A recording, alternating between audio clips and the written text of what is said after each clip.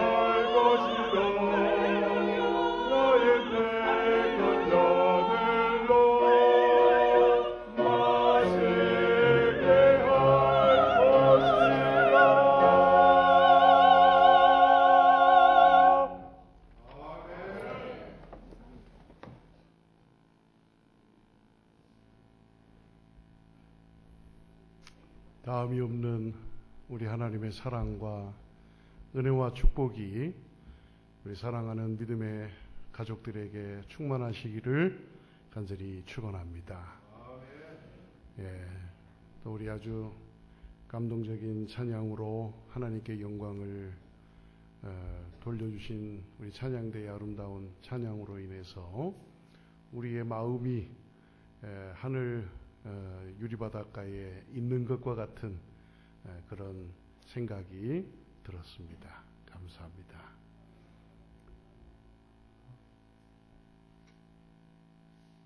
예수님께서 이 땅에 계실 때가 얼마 남지 않았을 때에 예수님의 제자들이 예수님께 나왔습니다. 화면이 나오나요? 예. 자, 그리고서는 이렇게 예수님께 질문을 했습니다. 주의 임하심과 세상 끝에는 무슨 징조가 있사오리까?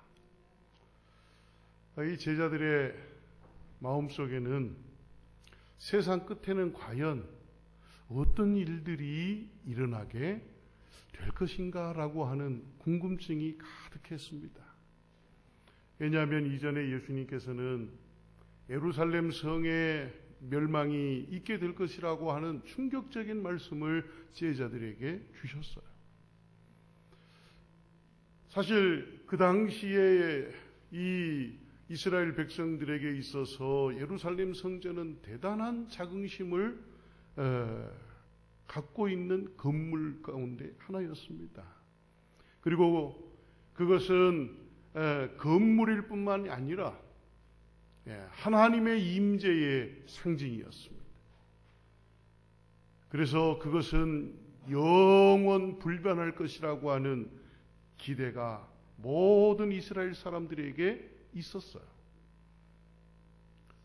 그런데 바로 그렇게 염원하는 모든 이스라엘 백성들의 염원을 누구보다도 잘 아시는 예수님께서 너희가 그토록 자랑스럽게 생각하는 저 예루살렘 성전이 돌 위에 돌 하나도 남기지 않고 황폐하게 될 것이다 말씀하셨어요.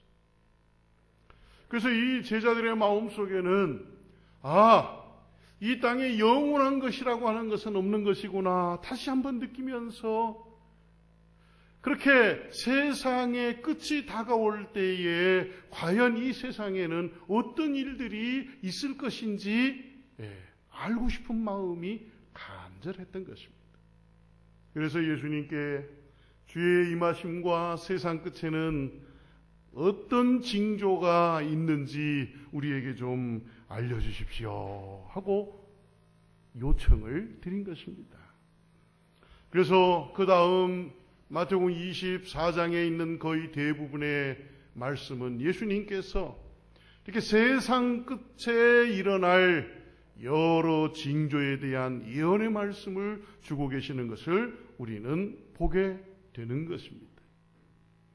그런데 이 마태복음 24장에 나타나 있는 여러 징조에 대한 예언의 말씀들을 저희가 정리를 해본다고 하면 그 모든 징조는 크게 두 가지로 나뉘어지는 것을 보게 됩니다. 첫째는 하늘과 땅에서 일어나는 징조요. 두 번째로는 성도들에 의해 성취되어질 징조로 구분되어지는 것을 보게 됩니다. 하늘과 땅에서 일어나는 여러 징조에 대한 말씀들이 있는데 전쟁과 기근이 있을 것이다. 큰 지진이 일어날 것이다. 온갖 천재지변들이 많을 것이다. 말씀을 하셨어요. 뿐만 아니라 불법이 성행하고 거짓 선지자 심지어는 거짓 그리스도까지 출현하는 일이 있고 난 다음에 세상 끝이 이르러 올 것임을 말씀하고 계시는 것을 보게 됩니다. 그런데 충격적으로 이와 같은 징조들이 있을 것을 말씀하시면서 그러나 끝은 아니다. 진정한 세상의 끝은 천국 복음이 땅끝까지 증거되어야만 세상의 끝이 이르러 올 것이라고 하는 말씀을 주고 계시는 것을 우리는 보게 되는 것입니다. 여러분 1년 전에 우리 IT에 7.3 규모의 강진이 일어났던 것을 여러분 다 기억하고 계실 것입니다. 이 IT가 아직까지도 참 복구가 되지 못하고 어렵고 힘든 그런 여건 속에 있다고 하는 해외 뉴스들을 여러분이 보셨으리라고 생각을 합니다. 유럽의 폭설과 한파, 여러분 그런 뉴스를 보셨을 것입니다. 이 선진국이라고 일컬음받던 이런 유럽에 이 폭설과 한파가 몰아칠 때에 사람의 과학과 기술이 그것을 어떻게 대처할 수 없는 그런 상황 속에 놓이게 되는 것을 우리는 보게 되는 것입니다. 그리고 바로 우리 옆 나라 일본에 얼마 전에 뭐가 있었어요? 지진이 일어나고 그 다음에는 쓰나미가 몰려왔던 것을 여러분들이 기억하실 것입니다. 지금도 계속해서 일본은 지진이 일어나고 있어요. 아주 불안합니다. 심지어는 그 지진과 쓰나미 사건 속에 원자력 발전소가 파괴되어지므로 방사능의 공포에 온 일본 열도가 들끓고 있는 것을 우리는 보고 있는 것입니다. 그런데 또 얼마 전에는 미국에 뭐가 있었어요? 미국의 토네이도가 강타를 했습니다. 그래서 이 한 도시가 완전히 파괴되어지고 수많은 사람들이 죽거나 다친 것을 여러분들이 뉴스를 통해 보셨을 것입니다. 뿐만 아닙니다. 지금 또 미국의 허리케인과 더불어서 대홍수가 일어나고 있어요. 그래서 미시시피 강이 곧 범람하게 될 것이라고 하는 해외의 뉴스를 우리가 얼마 전에 들었어요. 여러분 이렇게 우리 주변에서 일어나는 온갖 천재지변에 대한 이야기들을 접할 때 많은 사람들이 하나님에 대하여 알지 못하는 사람들까지라도 세상이 어떻게 됐다고요? 세상이 어떻게 됐다고 이야기를 해요? 이제 얼마 남지 않았나 보다. 이제 이 지구가 어떻게든지 뭔가 결판이 날 것 같다라고 하는 그런 두려운 기대들을, 또 두려운 예측들을 계속 하고 있는 것을 우리는 보게 되는 것입니다. 그런데 우리 주님께서 마태복음 24장 6절에 분명히 말씀을 하셨어요. 다 함께 읽어보겠습니다. 시작. 이런 일이 있어야 하되 아직 끝은 아니니라. 이런 온갖 천재지변의 뉴스들을 우리가 접하지만은, 그러나 이것이 세상 끝을 알리는 그와 같은 중요한 사건이 되지 못할 것을 우리에게 말씀하고 있습니다. 이런 일이 있어야 하되 아직 끝은 아니니라. 그렇다면 과연 세상의 끝은 어떻게 이 땅에 임하게 되는 것일까요? 다 함께 읽겠습니다. 시작. 이 천국 복음이 모든 민족에게 증거되기 위하여 온 세상에 전파되리니 그제야 끝이 오리라. 그럼 복음이 어디까지 전파돼야 된다고요? 온 세상에 전파되리니 그제야 끝이 오리라. 여러분, 이 복음이 온 세상에 전파되는 일이 과연 우리가 인간적인 계산으로 가능합니까? 예? 세상 끝까지 온 세상에 복음을 전하는 일이 과연 우리가 과학적으로, 이론적으로 그것이 가능한 일이냐, 그 말입니다. 우리가 잘 아는 대로 지금도 계속해서 생로병사의 역사가 일어나고 있습니다. 전 세계적으로 볼 것 같으면은 하루에만도 말이에요. 하루에만도. 예? 60만 명이 죽고 또 200만 명이 새로 태어나는 일이 계속 일어나고 있다고 하는 사실입니다. 이렇게 죽고 태어나는 일들이 계속해서 일어나고 있는데, 하나님께서 모든 세상의 태를 닫기 전에야 세상에 있는 모든 사람이 다 복음을 들을 날이 과연 가능한 일이냐라는 것입니다. 어떻습니까? 그렇다면 성경에서 말씀하고 있는 온 세상의 복음이 전파된다고 하는 이와 같은 예언의 성취는 과연 어떻게 이루어지는 것일까요? 사실 그것은 사람의 손에 의해서 결정되어질 수 없는 예언의 성취라고 하는 것을 우리는 알게 되는 것입니다. 우리가 열심히 노력한다고 해서 성취될 것이 아니에요. 그건 하나님의 영의 역사에 의해서만 이루어질 수 있는 예언의 성취라고 하는 사실을 우리는 말씀을 통하여 보게 되는 것입니다.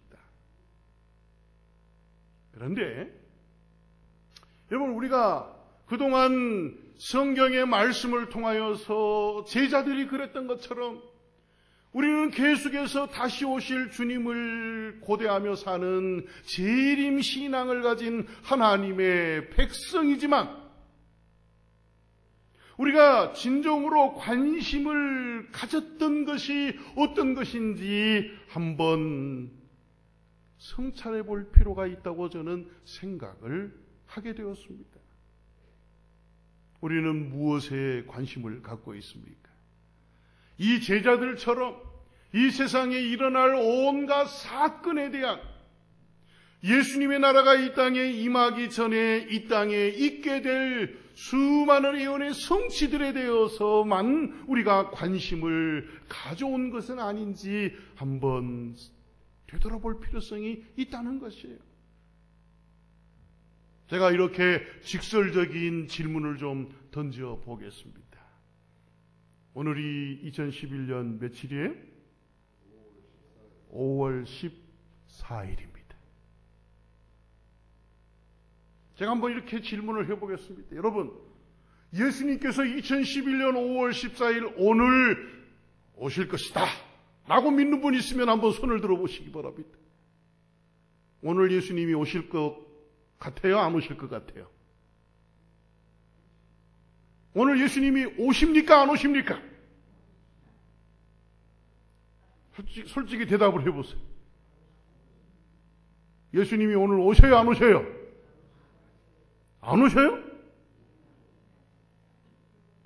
여러분들이 과연 예수님의 재림을 어떻게 기다리고 있습니까? 언제 오실 것이라고 생각하십니까? 예수님이 오늘 오실 것 같아요? 안 오실 것 같아요? 오실 것 같아요? 안 오실 것 같아요? 오실 것 같아요? 우리는 예수님이 오늘 안 오실 것을 잘 알고 있습니다. 그렇지요? 예수님이 오시기를 기다리면서 산다고 말하고 그런 재림 신앙을 가진 재림교인이라고 말하지만 우리의 마음속에 예수님이 오늘 오실 것이라고 믿어요, 안 믿어요? 믿어요, 안 믿어요? 안 믿는 것입니다. 실제적으로 오늘 예수님이 안 오실 것입니다. 왜냐하면 우리가 말하는 성경의 수많은 예언의 성취들이 아직도 많이 남아있기 때문에 그런 것입니다.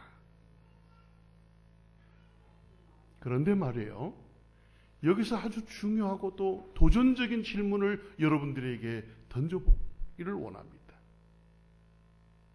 여러분, 내일까지 내가 살아있을 것이라고 장담할 수 있는 분 계십니까? 예? 내가 내일까지 살아있을 것이다 장담할 수 있는 분이 있어요, 없어요? 우리 가운데 아무도 없는 것입니다. 얼마 전에 저는 우리 한 교회의 장로님이 말해요, 갑작스런 교통사고로 그 자리에서 숨지셨다고 하는 비보를 들었어요. 이분이 평상적으로 일을 하시면서 그날 차를 운전하고 이 신호를 대기하고 있는데 말이에요, 다른 트럭이 손살같이 와가지고 그냥 이 차를 들이받았어요. 이분이 그 자리에서 숨지셨어요. 온 교회와 가족들이 황망하기 그지없는 것입니다. 모든 성도들과 더불어서 안식일 날 헤어질 때에 우리 다음 주에 다시 봅시다, 그렇게 하고 헤어졌는데 갑작스러운 그의 죽음은 온 성도들의 슬픔이 되었어요. 모든 장례의 절차가 진행이 되고 마쳐졌습니다. 이와 같은 상황 속에서 저는 다시 한번 말씀을 준비할 때 제 마음 가운데 예수님이 오늘 안 오실 수도 있지만 그러나 오늘이 나의 마지막 날이 될 수도 있다고 하는 가능성에 대하여 저는 생각하게 된 것입니다. 2011년 5월 14일 오늘 예수님은 안 오시지만 오늘 이 날이 우리 가운데 어떤 사람에게 있어서는 마지막 날이 될 수도 있다고 하는 것을 생각한다면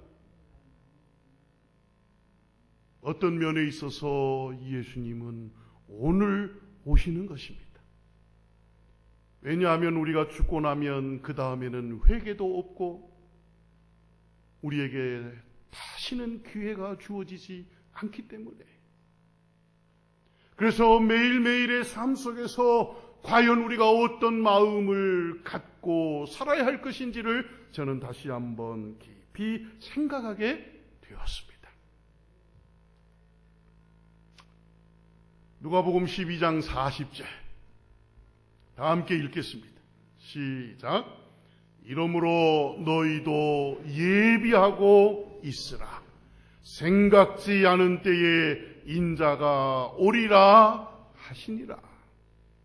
여러분, 생각지 않은 때에 인자가 오실 것입니다. 우리가 도무지 생각하지 않았던 그때에 예수님께서 오실 것입니다. 그것은 예수님이 구름 타고 오시는 그날의 그 영광스러운 재림의 사건만을 의미하는 것이 아니라 내 인생의 마지막 순간이 바로 예수님께서 이 땅에 오시는 그날이 된다고 하는 사실을 우리에게 가르쳐주는 말씀이라고 저는 생각하는 것입니다.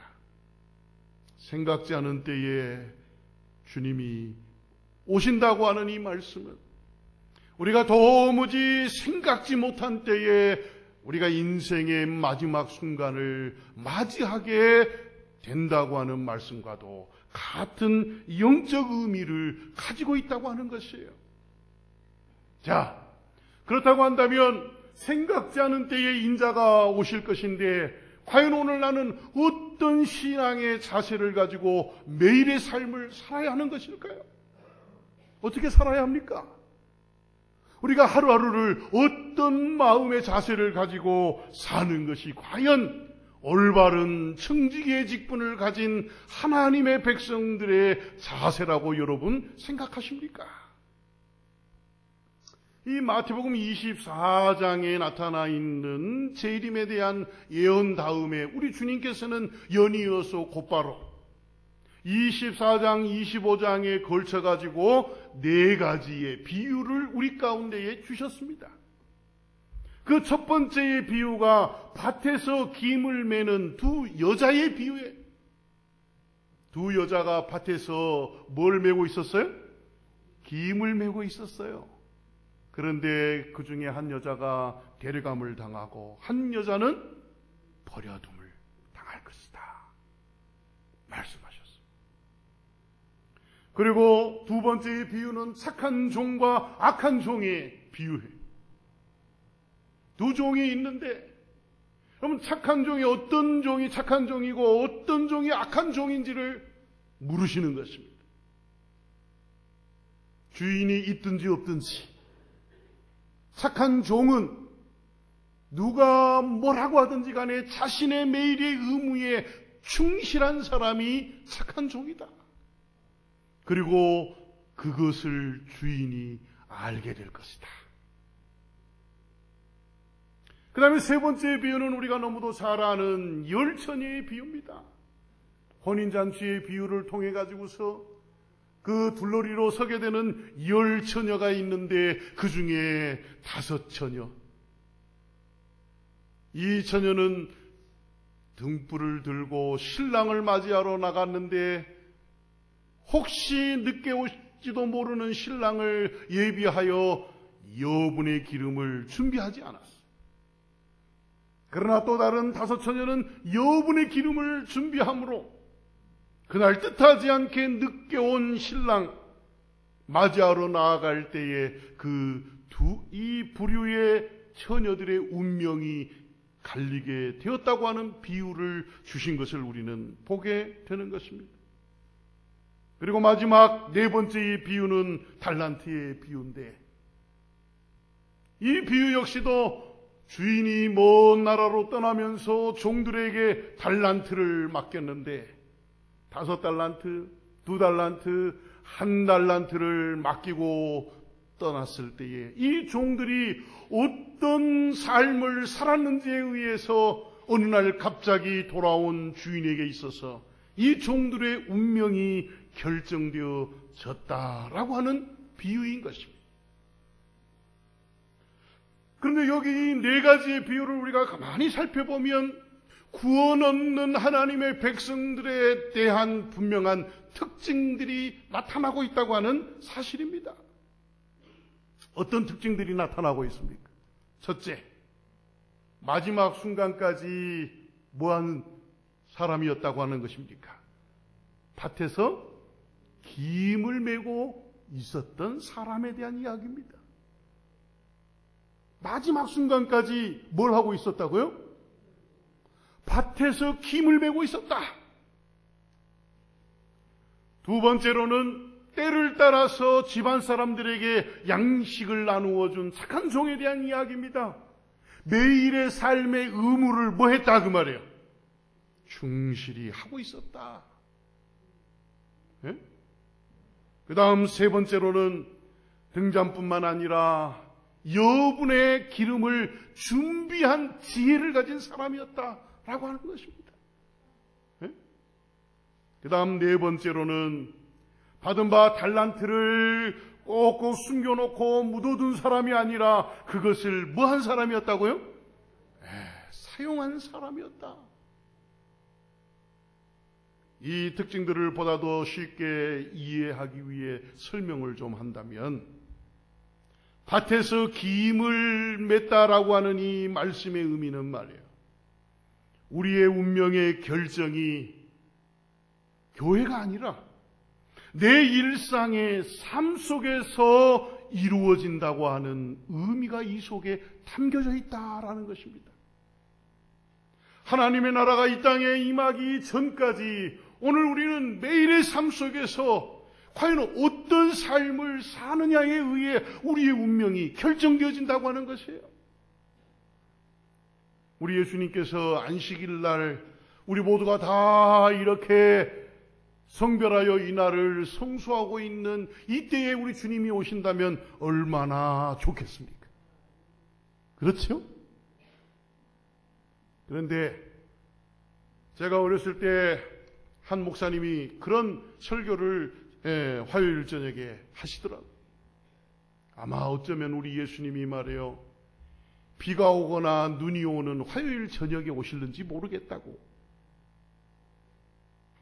그 말씀을 하신 그 목사님의 뜻을 제가 그때는 잘 이해하지 못했는데 제가 목회를 하면서 보니까 그 말씀이 이해가 가요. 우리 성도들이 매일의 삶에 바쁘다 보면 화요일 날 저녁에 어떻게 해요? 교회 오기가 참 쉽지 않습니다. 더더욱이 화요일 저녁에 비가 오거나 눈이 올 때에는 더더욱 교회에 출석한 신자들의 숫자가 현저히 줄어듭니다.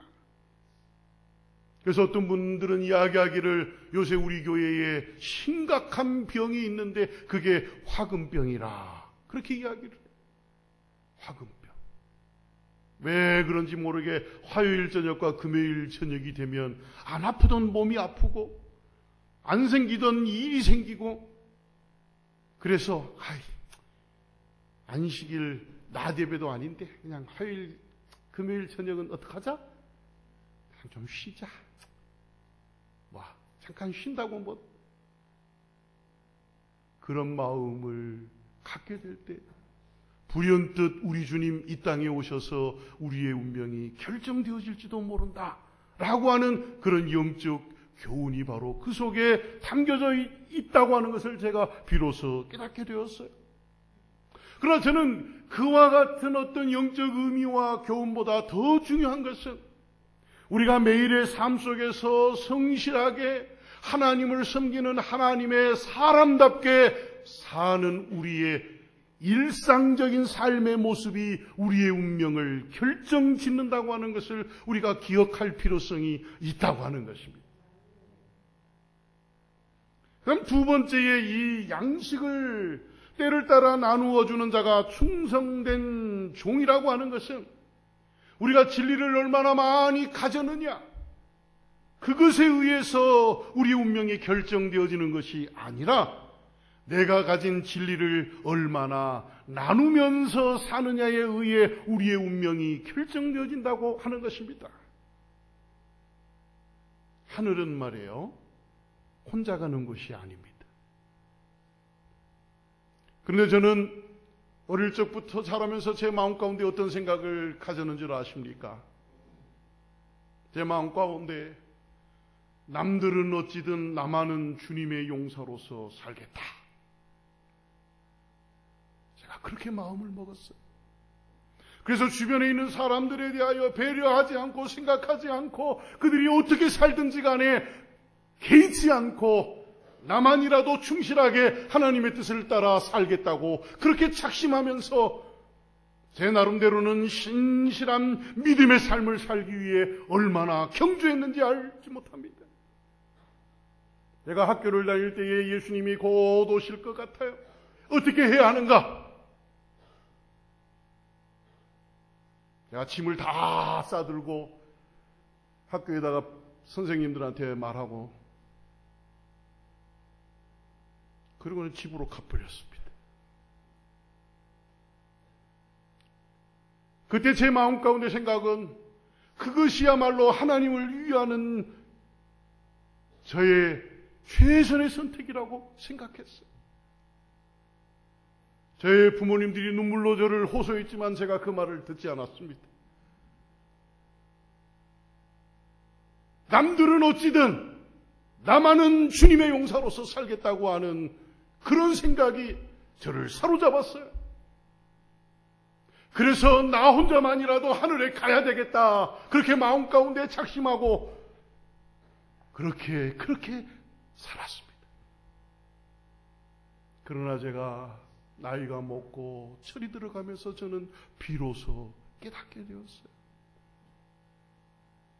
만약에 우리 예수님께서 그처럼 생각하셨다면 예수님의 십자가는 이 땅에 존재하지 않았을 것입니다. 이 땅에 이 백성들이 어떻든지 간에 내가 새 역사를 이루겠다고 우리 주님 선택하셨다면 오늘 우리를 향한 하나님의 위대한 구속은 존재하지 않았을 것이에요. 제가 비로소 자식을 낳아 기르면서 저는 깨닫게 됐습니다. 이제 제 마음이 달라졌어요. 때로는 내가 하늘에 가지 못하더라도 사랑하는 내 두 아들만큼은 꼭 하늘에 가도록 해야 되겠다. 내가 하늘에 못 가더라도 사랑하는 나의 부모님, 사랑하는 나의 친구, 사랑하는 나의 이웃들이 꼭 하늘에 갈 수 있도록 해야 되겠다. 그와 같은 절박함이 오늘 제 마음에 있습니다. 오늘 여기 때를 따라 양식을 나누어 주는 자가 충성된 종이라고 하는 말씀의 의미는 바로 그와 같이 우리가 가진 바 진리를 얼마나 이웃과 더불어 나누면서 사느냐에 의해 우리의 운명이 결정되어진다고 하는 것을 우리에게 말씀하고 계시다는 것입니다. 그 다음 세 번째, 이 그릇에 기름이 있느냐 없느냐 하는 것은 보여지는 외형적인 신앙보다 보이지 않는 내면의 신앙이 더욱 중요하다고 하는 의미가 이 속에 담겨져 있다고 하는 사실입니다. 사실 우리가 외형적인 면에 있어서 남들에게 보여지는 신앙을 하는 경우가 참 많이 있습니다. 그러나 하나님은 우리의 외모를 보시지 않고 무엇을 보신다고요? 중심을 보시는 분이십니다. 우리의 마음을 보시는 분이라고 하는 사실입니다. 그래서 신앙은 어제 저녁에 말씀드린 것처럼 무엇의 문제예요? 마음의 문제라고 하는 것입니다. 오늘 우리가 안식일을 지키기 위하여 오늘 이 교회에 와서 앉아있지만 우리의 마음이 콩밭에 가 있다고 한다면 그것은 진정한 경배가 될 수 없는 것입니다. 우리가 다른 사람을 위하여 봉사하는 삶을 살 수 있지만 우리의 마음속에 진실로 우리의 이웃을 사랑하는 마음이 없다면 그것은 울리는 꽹과리에 불과한 것인 것입니다. 그래서 오늘 우리가 신앙의 생애를 살아갈 때 참으로 중요한 것은 우리의 마음이라고 하는 것입니다. 우리의 마음속 깊은 곳에서부터 하나님을 사랑하고 우리의 이웃을 사랑하는 그와 같은 우리의 중심을 하나님께서 귀히 보신다고 하는 사실을 꼭 기억하는 저와 여러분이 되기를 간절히 바랍니다. 그 다음 마지막 네 번째, 달란트를 사용했느냐 안 했느냐 하는 것은 신앙이 이론적인 것이 아니라 실제적인 삶이어야 한다고 하는 의미가 그 속에 있다고 하는 것입니다. 우리가 아무리 하나님의 말씀을 이론적으로 잘 알고 있을지라도 그것을 우리의 삶 속에서 적극적으로 실천하고 사용하지 않는다면 그것은 다 쓸데없는 것이 되어버리고 만다고 우리 주님께서는 비유를 통하여 우리에게 말씀해 주신 것입니다. 기억하십시오. 성공적인 재림신앙은 내가 있는 바로 그곳에서 지금 이 순간 주님의 임재를 체험하고 나누며 사는 것입니다. 내가 내 삶 속에서 성실하게 요셉처럼 사는 것, 그것이 오늘 나를 향한 하나님의 뜻임을 꼭 기억하게 되시기를 바랍니다. 항상 중요한 것은 오늘입니다. 지금 바로 이 순간입니다. 내가 과연 지금 이 순간 어떤 마음을 가지고 우리 주님을 섬기는가? 내가 지금 바로 이 순간 내가 어떤 마음으로 우리 주님을 사랑하는가? 그것이 가장 중요한 것입니다. 여러분은 우리 주님을 어떻게 사랑하십니까? 여기 주님은 우리에게 말씀하십니다. 충성되고 지혜 있는 종이 되어 주인에게 그 집 사람들을 맡아 때를 따라 양식을 나눠줄 자가 누구냐? 사랑하는 믿음의 가족들이시여, 우리 주님은 생각지 않은 때에 오실 것입니다.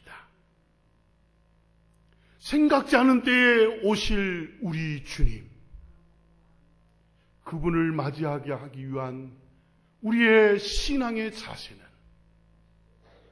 과연 어떠한 것이 되어야 마땅하겠습니까? 첫째, 우리가 지체되었다고 생각하는 시간들이 오히려 하나님께는 짧은 시간일 수 있다는 것을 이해하는 저와 여러분이 되기를 바랍니다. 우리 주님이 늦게 오실 것이다라고 생각하지만, 오늘은 안 오실 것이라고 생각하지만, 그러나 하나님의 시간표에 의해서 오늘 마지막 인생의 순간을 맞이할 수도 있다고 하는 사실을 꼭 기억하시기를 바랍니다. 그리고 우리가 살펴야 할 수많은 재림의 징조들이 있다고 한다면 이제는 우리가 이루어야 할 징조가 있다고 하는 것을 바르게 깨닫는 저와 여러분이 되기를 바랍니다. 세상에 일어나는 천재지변이 중요한 것이 아니라 우리가 가진 바 진리를 나누면서 사는 것이 중요하다고 하는 것을 꼭 기억하시기를 바랍니다. 여러분, 여기 제가 교회 와서 보니까 현수막이 크게 붙어 있습니다. 5월 22일부터 뭐가 있다고요? 전도회가 있습니다. 여러분, 이 전도회를 맞이할 때 과연 어떤 마음을 가지고 맞이하십니까? 여러분이 과연 오늘 지금 이 순간 어떤 마음을 가지고 이 현수막을 바라보고 계십니까? 우리가 나누어야 합니다. 내가 가진 진리를 나누어야 하고 내가 가진 모든 것을 하나님을 위하여 나누어야 합니다. 하나님이 바라실 때, 하나님께서 원하실 때 내가 가진 모든 것을 드릴 수 있는 여러분이 되시기를 간절히 바랍니다. 마지막으로 사건들을 살피는 위기의식에서 벗어나서 그리스도를 중심으로 하는 재림신앙을 재정립하는 우리 성남 중앙교회 성도들이 되시기를 바랍니다. 우리가 너무 사건에 초점을 맞추다 보면 아이들의 동화책에 나오는 양치기 소년의 동네 사람들처럼 되어버리고 맙니다. 양치기 소년이 뭐라고 이야기합니까? 늑대다! 늑대가 나타났다! 2번이나 거짓말에 속은 이 동네 사람들이 말해요.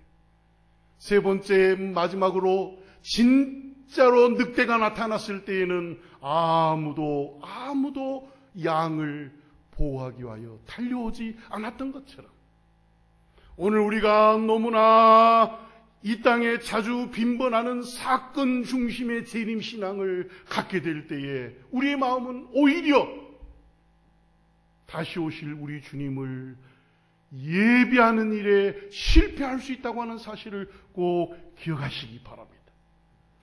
그래서 사건이 중요한 것이 아니라 다시 오실 우리 주님, 예수님이 중요하다고 하는 사실을 우리의 마음속에 다시 한번 깊이 각인함으로 우리의 매일의 삶 속에서 예수 그리스도를 한순간도 잃어버린 일이 없게 되기를 간절히 축원합니다. 예수를 바라보고 예수를 생각하고 예수를 닮아가는 저와 여러분이 되기를 간절히 바랍니다. 말씀을 마치겠습니다.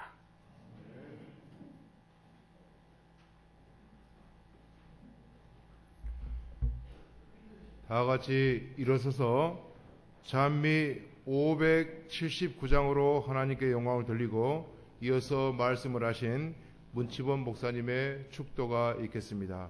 579장입니다. 97장 579 귀한 약속 나의 맘에.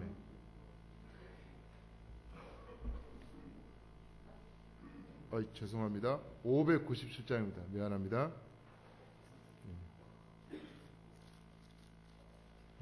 주 예수님 다시 올 때